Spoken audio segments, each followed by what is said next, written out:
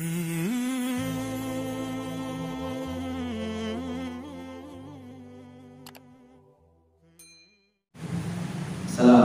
warahmatullahi wabarakatuh. Bismillahirrahmanirrahim. Alhamdulillahirabbil alamin wa bihi nasta'inu 'ala umuri dunya. Wassalatu wassalamu ala asyrofil anbiya wal mursalin sayyidina Muhammadin wa ala alihi wa ashabihi ajma'in. Amma ba'du. Insyaallah malam hari ini kita lanjutkan belajar tentang sirah atau syama'il atau sejarah Nabi Muhammad SAW, yang mana insyaallah kita lanjutkan membaca kitab Muhammad Al-Lisanul Kamil karya Sayyid Muhammad bin Alwi Al-Maliki. Dan sebelum kita melanjutkan membaca kitab ini, kita berdoa. Yang pertama, semoga ilmu yang beliau sampaikan bisa kita amalkan, bisa menambah kecintaan kita kepada Nabi Muhammad SAW, bisa menambah pengenalan kita terhadap sunnah beliau, dan juga bisa memperbaiki kualitas ibadah kita.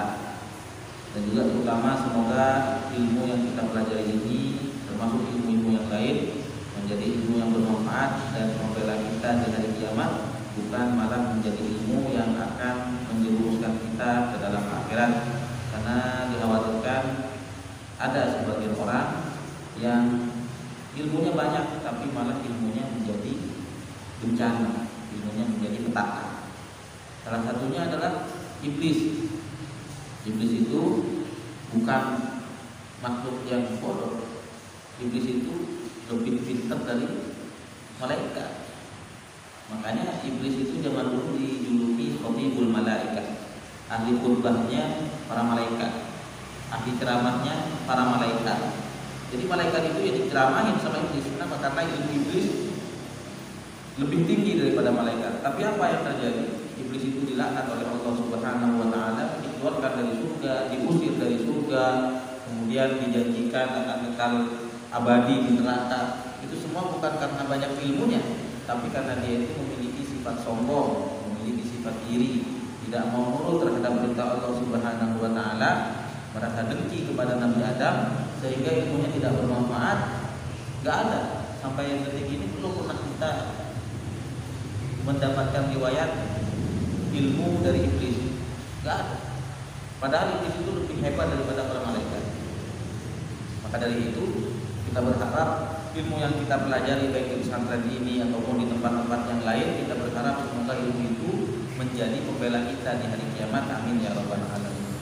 Baik, kita berdoa dulu. Al-Fatihah. Bismillahirrahmanirrahim. Nabi Mustafa Sayyidina Muhammad sallallahu alaihi wasallam wa jami'i ikhwanihi minal anbiya wal mursalin wa syuhada was sholihin wal ulama'il 'amilin wal malaikatil muqarrabin wa jami'il awliya min syarril awliya ma ghaliha khususan ila sayyidina Muhammad Muhammad ali wa ala wa ta'ala wa ridajil wa usulihi wa furu'ihi wa ila ridajil Muhammad ali wa maliki wa usulihi wa furu'ihi wa la yaqulana wa la huwa min ta'alina min barakatihi wa anwarihi wa asrarihi wa nafahatihi wa barakatihi Fiddin wa dunya wal akhirah wa darajati fil jannah wa ila hadratin nabi. Al-Fatihah.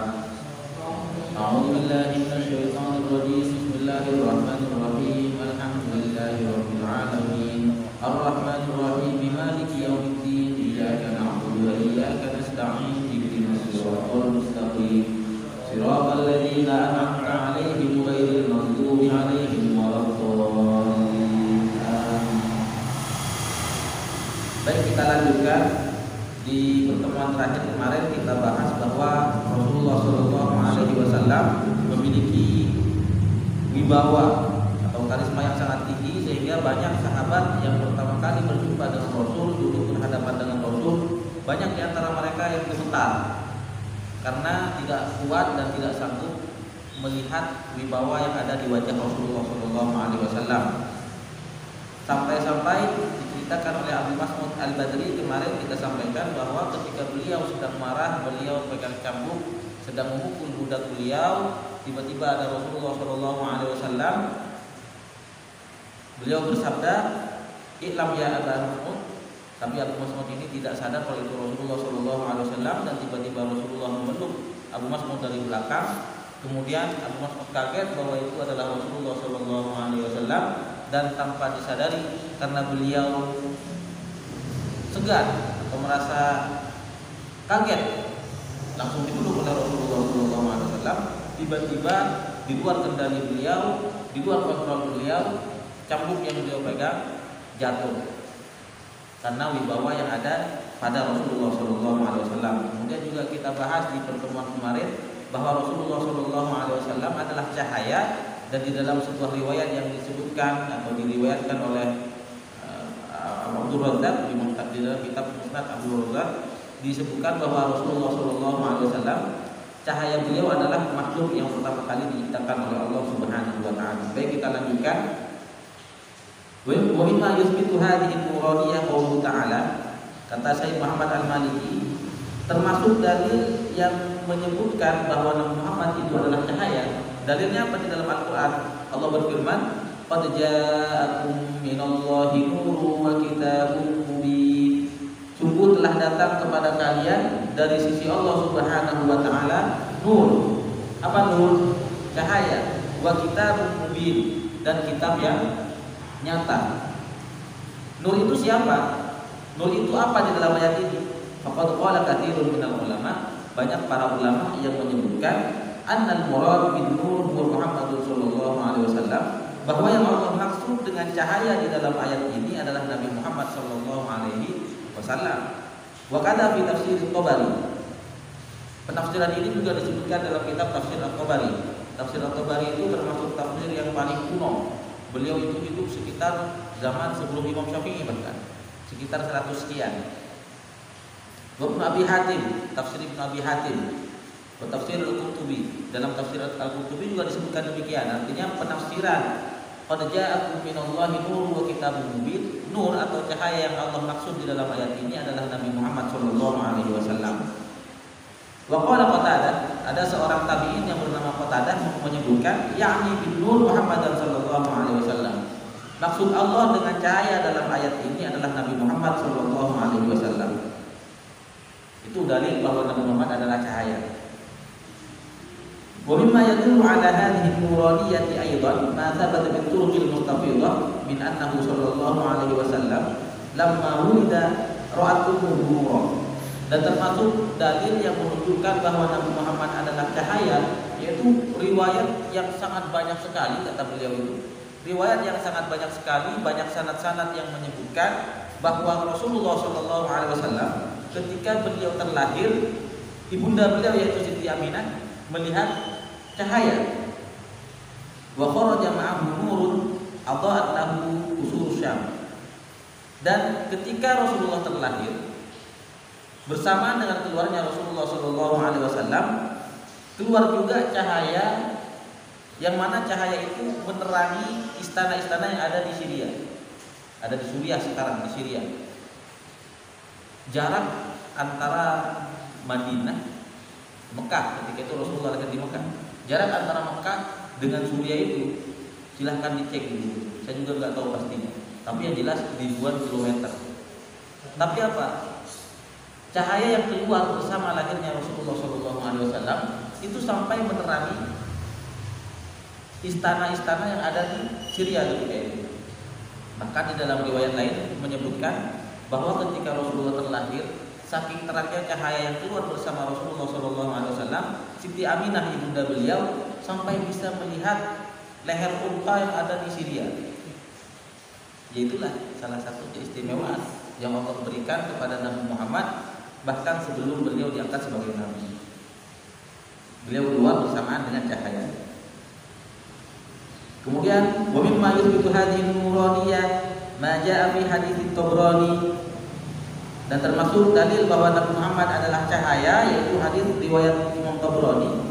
Wa ra'ayna ka'anna an-nura yakhruju min fihi, dan kami melihat, kata para sahabat, dan kami melihat seakan-akan cahaya keluar dari mulut Rasulullah sallallahu alaihi wasallam. Wa ma jaa'a 'an Ibnu Abbas, kemudian hadis yang diriwayatkan oleh Ibnu Abbas, sepupu Rasulullah sallallahu alaihi wasallam, beliau berkata, "Idza takallama ru'yakan nur yakhruju min baina thanaya." Kata Abdullah bin Abbas. Abdullah bin Abbas ini termasuk sahabat yang sering berinteraksi dengan Rasulullah sallallahu alaihi wasallam. Dari sejak Rasulullah sebelum jadi Nabi, Abdullah bin Abbas ini memang sepupu Rasul, keluarga Rasul. Jadi keseharian Abu Abbas sering bersama Rasulullah SAW. Apalagi ketika Rasulullah diutus jadi Nabi, Abdullah bin Abbas sering mendampingi Rasulullah SAW, sehingga Abdullah bin Abbas termasuk sahabat yang terbanyak meriwayatkan hadis Rasulullah SAW. Meskipun bukan yang paling banyak, tapi termasuk 5 besar sahabat yang meriwayatkan banyak hadis Nabi Muhammad SAW. Kemudian Abdullah bin Abbas ini pernah didoakan oleh Rasulullah SAW. Karena suatu malam pernah Rasulullah nginep di rumah Abdullah bin Abbas. Rasulullah sholat tahajud, sholat malam, sholat sunnah. Tiba-tiba Abdullah bin Abbas yang ketika itu masih kecil, masih muda, datang mengikuti Rasulullah SAW sholat di belakang Nabi Muhammad SAW, tapi di sebelah kiri. Jadi Rasulullah berdiri sholat, Abdullah bin Abbas bermakmum tanpa pengetahuan Rasulullah, tapi di sebelah kiri. Padahal kan kalau laki-laki, imamnya laki-laki, kemudian makmumnya satu laki-laki, sunnahnya ada di sebelah kanan, agak ke belakang sedikit. Nah, oleh Rasulullah SAW, setelah beliau sadar ada Abdullah bin Abbas yang masih kecil di samping kiri beliau pindahkan ke samping kanan. Setelah selesai sholat, Abdullah bin Abbas didoakan oleh Rasulullah SAW, Allahumma alimhu ta'wil. Ya Allah, ajarkanlah Abdullah bin Abbas ini at-ta'wil. At-ta'wil itu adalah apa? At-ta'wil adalah menafsirkan Al-Quran. Wa faqihu fid-din, dan pahamkanlah dia dalam urusan agama. Makanya kalau kita lihat di dalam kitab tafsir manapun, nama sahabat yang paling banyak disebutkan dalam kitab-kitab tafsir itu adalah Abdullah bin Abbas. Itu berkat dari doa Nabi Muhammad SAW. Doa Rasulullah di malam itu langsung Allah kabulkan, sehingga Abdullah bin Abbas pernah berkata bahwa tidak ada satu ayat pun yang turun dimanapun tempatnya kecuali saya pasti tahu kapan turunnya, turun dalam masalah apa, turun kepada siapa, dan seterusnya. Itu Abdullah bin Abbas paham semuanya. Itu berkat doa Rasulullah SAW. Dan doa ini Rasulullah panjatkan kepada Allah, karena ketika itu ya kejadian yang mungkin Abdullah bin Abbas juga gak sadar bahwa itu akan menjadi buah dari doa itu. Beliau sekedar sholat ikut Rasulullah SAW, tapi itulah ketika Allah menerima ibadah beliau, muncullah doa Rasul, dikabulkan, dan sampai sekarang ilmu-ilmu beliau bisa kita baca di dalam kitab-kitab tafsir. Makanya kalau yang paling populer ahli tafsir dari kalangan sahabat Abdullah bin Abbas, meskipun sebenarnya yang lebih ahli daripada Abdullah bin Abbas dalam menafsirkan Al-Quran itu Ali bin Abi Thalib sebenarnya. Tapi Abdullah bin Abbas lebih populer karena ada doa khusus dari Rasulullah SAW. Makanya ada hadis, ana madinatul ilmi wa aliyun babuha. Aku ini adalah kota ilmu, kata Rasul. Wa aliyun babuha, dan Ali adalah pintunya. Makanya ada riwayat yang menyebutkan bahwa Ali pernah berkata, seandainya aku mau menafsirkan huruf alif dalam Al-Fatihah, maka aku butuh satu onta untuk membawa buku-bukunya untuk penafsiran alif saja. Itu kan gak kebayang lagi. Abdullah bin Abbas yang sudah sedemikian banyaknya beliau berpendapat atau menafsirkan Al-Quran, itu sudah kita belum sempat baca semuanya. Apalagi kalau ilmu Ali bin Abi Thalib semuanya ditulis, itu Madinatul Ilmi, itu kota ilmu ditulis semuanya, kita mungkin gak akan habis. Umur kita sudah habis, ilmu beliau belum habis. Itulah sahabat radhiyallahu anhu. Jadi Abdullah bin Abbas meriwayatkan bahwa idza takallama ru'yakan nur yakhruju min baini tanaya. Jika Rasulullah SAW sedang berbicara, kata Abdullah bin Abbas, maka terlihat cahaya yang keluar di antara gigi seri beliau. Kita sampaikan di beberapa pertemuan yang kemarin bahwa sifat gigi Rasul, gigi beliau nggak rapat, jadi ada jarak. Gigi beliau berjarak, terutama di gigi seri.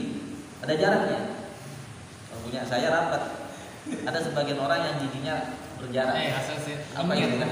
Setiap Rasulullah berbicara, apalagi beliau tersenyum, itu benar-benar terlihat cahaya yang keluar. Makanya seperti kita sampaikan, ketika Rasulullah di hari terakhir beliau sebelum wafat, di waktu subuh, ketika beliau sudah nggak mampu untuk sholat berjamaah, beliau buka tirai jendela beliau di kamar beliau, beliau tersenyum terlihat oleh para sahabat, dan ketika itu waktu subuh gelap gulita. Tapi apa yang terjadi? Dari senyuman beliau keluar cahaya dari sela-sela gigi beliau yang menerangi dinding-dinding Masjid Nabawi. Itulah salah satu dalil bahwa Rasulullah benar-benar cahaya. Kemudian wa ma jaa'a 'an Ibnu Abi Halah inda Tirmidzi fi syama'il fi wasfihi sallallahu alaihi wasallam idh qala lahu nurun ya'lu. Jadi dalam hadis Tirmidzi dalam kitab Syama'il, kitab Syama'il Tirmidzi ini termasuk kitab Syama'il yang paling populer. Ada Asy-Syama'il Al-Muhammadiyah, tapi kalau kita kenalnya banyak di Indonesia itu atau di dunia bahkan istilahnya banyak yang mengenalnya Syama'il Tirmidzi. Kitab Syama'il karya Tirmidzi. Itu kitab Syama'il paling populer. Rata-rata Syama'il yang dikarang setelah beliau referensinya di situ semua. Karena memang khusus Syama'il Rasulullah sallallahu alaihi wasallam di situ disebutkan lahu nurun ya'lu, bahwa Rasulullah sallallahu alaihi wasallam memiliki cahaya yang ya'lu. Apa ya'lu? Ala ya'lu. Ada ungkapan al-Islamu ya'lu wa la yu'la alaih. Islam itu tinggi dan tidak ada yang lebih tinggi daripada Islam. Lahu nurun ya'lu. Rasulullah memiliki cahaya yang mendominasi beliau bahasanya. Jadi intinya beliau itu didominasi oleh cahaya. Kemudian selanjutnya wa ma jaa'a 'an Sayyidah Aisyah qalat, hadis yang diriwayatkan dari Siti Aisyah. Nah, Siti Aisyah juga termasuk salah satu sahabat 5 besar yang paling banyak meriwayatkan hadis Rasulullah SAW, karena memang Siti Aisyah ini sudah mengenal Rasulullah, sudah meriwayatkan hadis Rasul dari sejak beliau belum hijrah. Jadi ketika Siti Aisyah masih di Mekah, belum hijrah, beliau sudah mulai banyak menghafal hadis Rasulullah SAW. Setelah Rasulullah SAW wafat pun, Siti Aisyah ini termasuk sahabat yang sering bikin majelis, menyebarkan ilmu Rasul SAW. Tapi apa? Ya dikasih tirai, gimana? Biar sahabat-sahabat tidak melihat pada beliau. Termasuk salah satu akhlak Siti Aisyah yang sangat patut untuk ditiru oleh perempuan-perempuan zaman sekarang, yaitu kehati-hatian beliau dalam menjaga aurat. Jadi Siti Aisyah radhiyallahu anha, ketika Rasulullah SAW wafat, kan di dalam hadis disebutkan bahwa semua nabi yang wafat dimakamkan di tempat wafatnya. Kalau misalnya wafat di kamar, ya udah dimakamkan di kamar, tempat di mana beliau wafat. Semua nabi begitu. Nabi Ismail wafat di sekitar Masjidil Haram. Kata Rasulullah SAW, makam Nabi Ismail ada di sekitar Ka'bah. Tapi kita nggak tahu di sebelah mana. Yang jelas di situ ada makam Nabi Ismail. Kemudian Nabi Hud alaihissalam wafat di Hadramaut, dimakamkan di situ. Nabi Soleh wafat di Hadramaut, dimakamkan di situ. Nah, Nabi Muhammad SAW setelah beliau wafat, dan kebetulan ketika beliau wafatnya di kamar atau di tempat Siti Aisyah.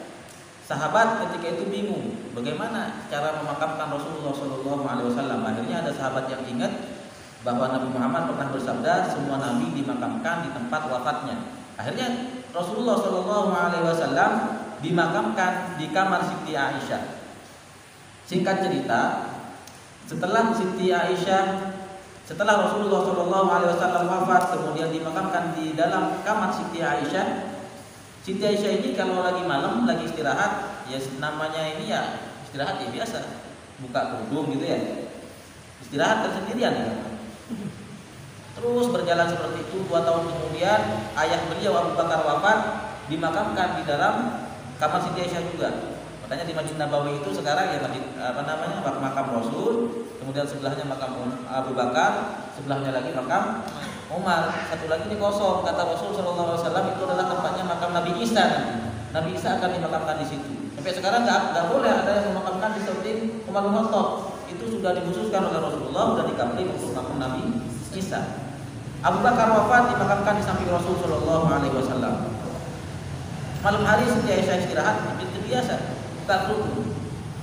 Namanya istirahat sendiri, buka kerudung. Bertahun-tahun kemudian Umar bin Khattab wafat. Nah, Umar bin Khattab wafat itu sebelum beliau wafat, beliau setelah ditusuk oleh orang Majusi ya, yang namanya siapa namanya? Abu Lu'lu'ah, Fairuz Al-Majusi, Abu Lu'lu'ah. Jadi sebelum Umar bin Khattab wafat, beliau sudah divonis oleh tabib ketika itu.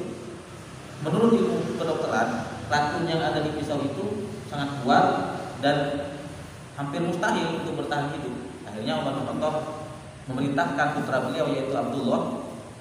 Beliau bilang, Abdullah tolong datang ke Aisyah istri Rasul, sampaikan bahwa ayah saya Umar bin Khattab punya harapan terakhir, yaitu ingin dimakamkan bersama dua sahabatnya, yaitu Rasulullah dan Abu Bakar. Seandainya Siti Aisyah mengizinkan, maka saya akan sangat senang bisa bersamaan, bisa dimakamkan bersama dua sahabat saya. Tapi seandainya beliau tidak mengizinkan karena itu rumah beliau, itu kamar beliau, saya tidak masalah. Makamkan saya bersama sahabat-sahabat di Baqi. Akhirnya Abdullah datang kepada putranya Umar, datang kepada Aisyah menyampaikan permintaan Umar bin Khattab. Siti Aisyah berkata apa? Sebenarnya saya sudah dari dulu ketika Nabi Muhammad dimakamkan di kamar ini, saya sudah berharap dimakamkan di sini juga bersama suami saya Rasulullah SAW. Tapi karena itu adalah permintaan Khalifah, permintaan Umar bin Khattab, maka silahkan aja Khalifah Umar bin Khattab dimakamkan di kamar saya. Singkat cerita, Umar bin Khattab wafat, kemudian dimakamkan di kamar Siti Aisyah. Jadi di kamar beliau ketika Siti Aisyah masih hidup ada makam Rasulullah, Abu Bakar, Umar bin Khattab. Nah, ketika Umar bin Khattab dimakamkan di kamar beliau, mau beliau istirahat, mau siang hari, mau malam hari, pagi sore, beliau gak pernah lepas kerudung, gak pernah lepas hijab, gak pernah buka aurat. Ditanya sama perempuan-perempuan lain, sama sahabat-sahabat lain, wahai Siti Aisyah, kenapa antum gak mau buka kerudung, gak mau buka aurat segala macam? Kata beliau apa? Nabi Muhammad itu suami saya buka aurat gak masalah. Abu Bakar itu bapak saya buka aurat juga gak masalah. Tapi Umar bin Khattab memberi saya mahram saya, bukan mahram dia. Artinya Umar bin Khattab bukan mahram saya. Ketika Umar bin Khattab hidup, saya haram membuka aurat kepada Umar bin Khattab. Tapi kata sahabat-sahabat perempuan yang lain, tapi kan mereka semua sudah wafat. Ya itulah kehati-hatian Siti Aisyah dalam menjaga aurat beliau. Bahkan kepada Umar bin Khattab yang ketika itu sudah dimakamkan pun beliau menutup aurat, gak mau buka aurat. Nah, ini salah satu akhlak yang perlu dicontoh oleh ya kita semua, baik yang laki-laki atau yang perempuan, dalam menjaga aurat kita. Ya kalau di asrama kan kalau sesama santri ya kadang udah lepas ini kan, lepas kontrol gitu. Aurat kita dari pusar sampai lutut udah beda lagi sama santri itu kadang. Paha bukan aurat udah sebenarnya itu bagi santri, tapi sebenarnya itu tetap aurat. Kemudian juga yang mirip dengan kisah ini adalah tentang Siti Fatimah. Siti Fatimah radhiyallahu anha putri Rasul Nabi Muhammad SAW. Beliau juga sebelum wafat berwasiat kepada yang ngurus jenazah beliau. Beliau berpesan, nanti ketika kalian membawa jenazah saya untuk dibawa ke makam, tolong dikasih keranda, atasnya dikasih keranda, kasih penutup. Kenapa wahai Siti Fatimah? Karena saya khawatir akan kain kafan saya takut tertiup angin, kemudian jenazah saya terbuka sedikit auratnya. Saya khawatir begitu. Tolong kasih penutup. Makanya sebenarnya kalau di Arab, budaya Arab itu keranda itu yang nggak ada atasnya, cukup alas, kemudian jenazah udah dibawa begitu, nggak ada tutupnya. Yang pertama kali membuat tutup seperti itu dari sejak Siti Fatimah. Alasannya apa? Karena khawatir jenazah beliau terbuka auratnya. Padahal kan sudah jenazah, nggak ada hisab lagi, nggak dicatat lagi amal ibadahnya, semua dosa, nggak ada dosa lagi namanya jenazah. Tapi itu adalah salah satu bentuk bagaimana kehati-hatian beliau dalam menjaga aurat. Itu subhanallah. Mungkin untuk ya perempuan-perempuan zaman sekarang nggak semuanya seperti itu. Susah. Mungkin kalau yang dikenal oleh sebagian dan Allah alam. Tapi yang jelas itu perlu ditiru. Bagaimana kehati-hatian dalam menjaga aurat. Nah, Siti Aisyah pernah meriwayatkan, kuntu qa'idatan wan Nabi sallallahu alaihi wasallam yaksifu na'lah. Saya pernah duduk, kata Siti Aisyah. Saya duduk dan Rasulullah sedang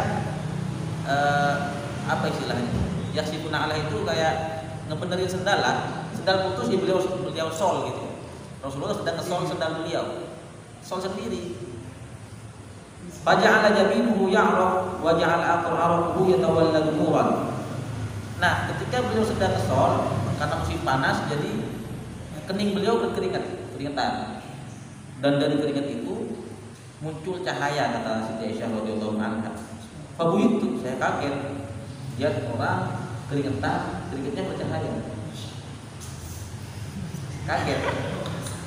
Faqal, akhirnya Rasulullah bersabda, "Malaka buhiti?" Kenapa kamu kaget wahai Aisyah? Qultu ja'ala jabinuka ya'raqu wa ja'ala 'araquhu yatawalladu nuran. Kening engkau wahai Rasulullah berkeringat dan keringat yang ada di keningmu keluar cahaya, makanya saya kaget.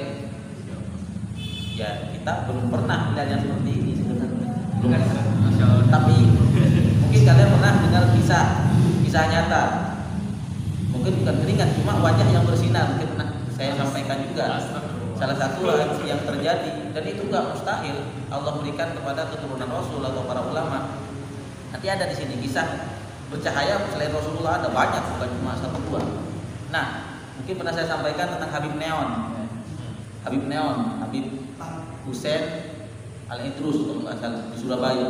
Beliau sampai sekarang dikenal istilahnya Habib Neon. Kenapa Habib Neon? Karena pernah suatu malam lagi ada acara sholawat bersama, baca burdah bersama. Zaman itu ya mati lampu. Tiba-tiba Habib Neon datang. Ketika beliau datang, wajah beliau itu bersinar kayak neon.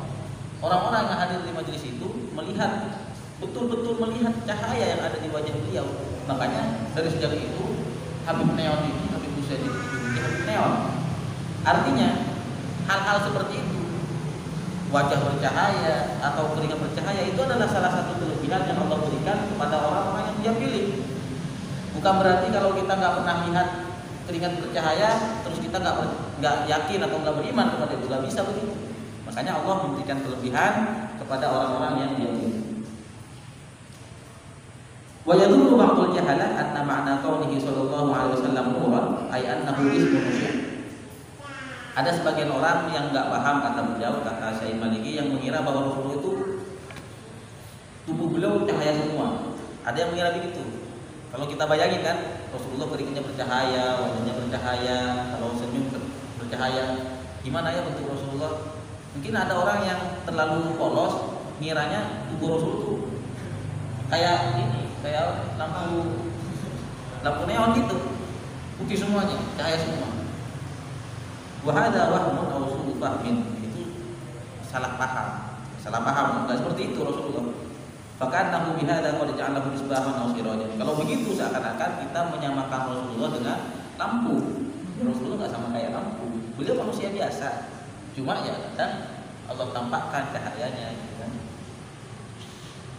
Wa huwa sallallahu alaihi wasallam ajallu wa aqrabu wa arfa'u wa a'zamu min an yakuna kadzalika. Rasul tidak seperti itu.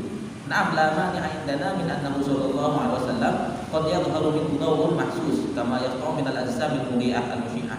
Ya, kata beliau, memang ada Rasulullah dari tubuh beliau muncul cahaya memang, tapi enggak selamanya seperti itu. Artinya enggak 24 jam Rasulullah begitu terus, enggak begitu. Walakin hadza la yasmu daiman, yaitu jadi hal seperti itu Rasulullah bercahaya enggak terus-menerus, enggak selamanya.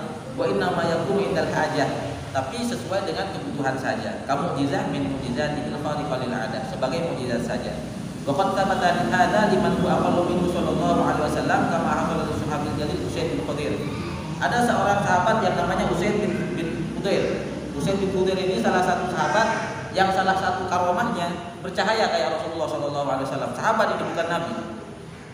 Ma'an Anas radhiyallahu anhu qala kana Usaid bin Khudair wa Abbad bin Bishr inda Rasulullah sallallahu alaihi wasallam fi lailatin dhalma handas fatahaddatha indahu hatta idza kharaja adha'at lahu ma'asa ahadihima famasyaya fi dawiha.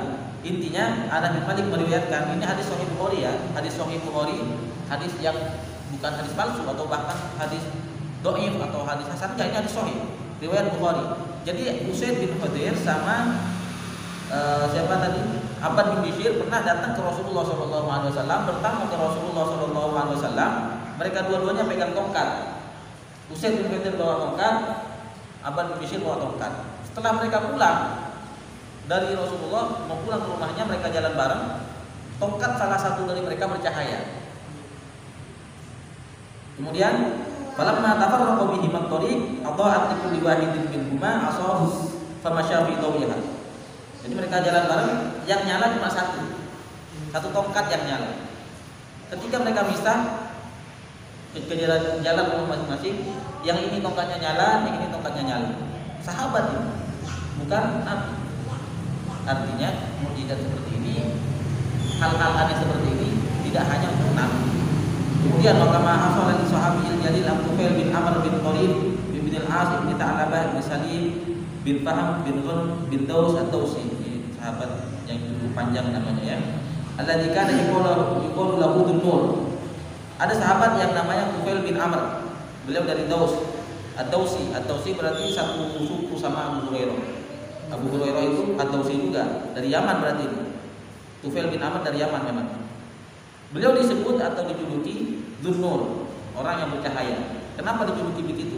Li'annahu lamma wafada 'ala Nabi sallallahu alaihi wasallam, karena ketika beliau datang ke Rasulullah sallallahu alaihi wasallam, jadi zaman dulu, terutama di tahun 678 setelah terjadi Sulhul Hudaybiyah, Rasulullah mau umrah dan cegat dan seterusnya terjadi Sulhul Hudaybiyah, itu masa-masa Sanatul Wufud, ada istilah dalam sirah ya, kalau ingat Sanatul Wufud, tahun kedatangan dari kabilah-kabilah di luar Madinah, termasuk dari Yaman banyak.